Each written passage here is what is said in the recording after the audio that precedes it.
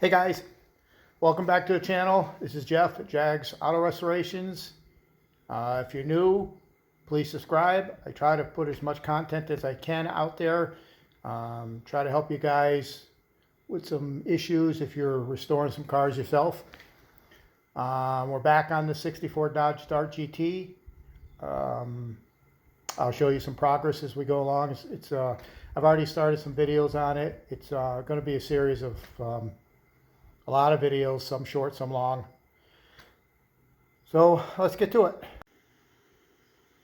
I've already got the right rear quarter pretty much ready for primer. There's a couple spots on the bottom I still got to address. I've got the trunk lid done. I got some areas up on the upper deck here that still have to be addressed. Trunk lid was very, very difficult to deal with because somebody had sandblasted. Well, the whole car has been sandblasted, but it shrunk the metal pretty bad on the trunk.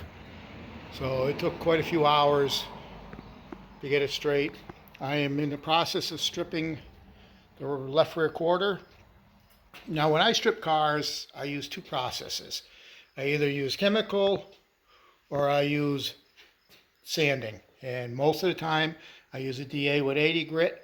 I don't like sanding with the real coarse sandpaper. I don't like sandblasting. I don't mind plastic blasting.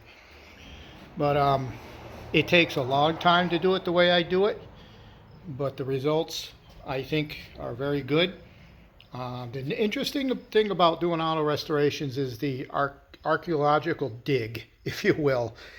This car came from a shop to me that did the metal work.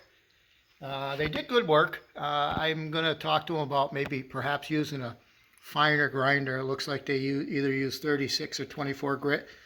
I think it's a little coarse. Anyways, they got the job from a customer of theirs that had this car done at another shop. The other shop is the one that did epoxy primer and then a primer sealer. Now the issue with that is these rust spots were under the epoxy primer. And I've been finding this everywhere I've touched this car. And as you can see, there's quite a few rust issues that was not gonna go away. Had this paint job completed, it would have just come back. All those rust spots would have come back. They had primer surfaces on it. I don't understand why, because they didn't take any dents out. They primered over rust. I don't know what they were trying to achieve. I don't know. Again, I don't know why it's got primer surfacer on it. The epoxy primer I get. A lot of shops use epoxy primers over bare metal so the metal doesn't start to rust. I don't. I try to get the job done. I try not to leave it in bare metal, and I try to get it in a DTM as soon as I'm done with the body work. So this is where I'm at with it so far.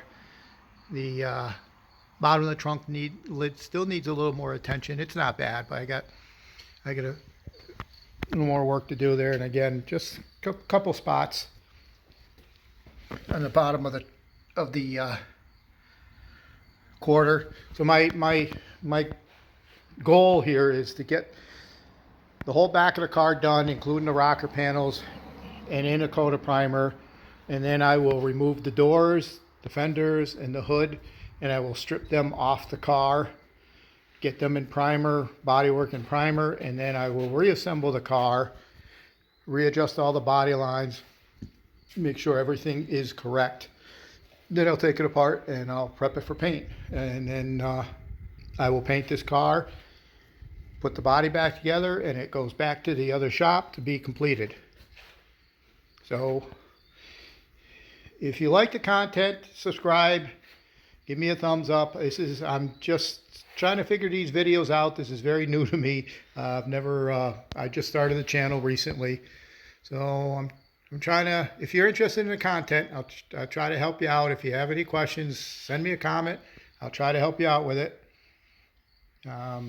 Again, I've been doing this for a long time, so I'm kind of set in my ways, and it's not like I don't think how people do their restorations is right or wrong. I think everybody has their own way of doing things. So if I can help out, it'd be my pleasure.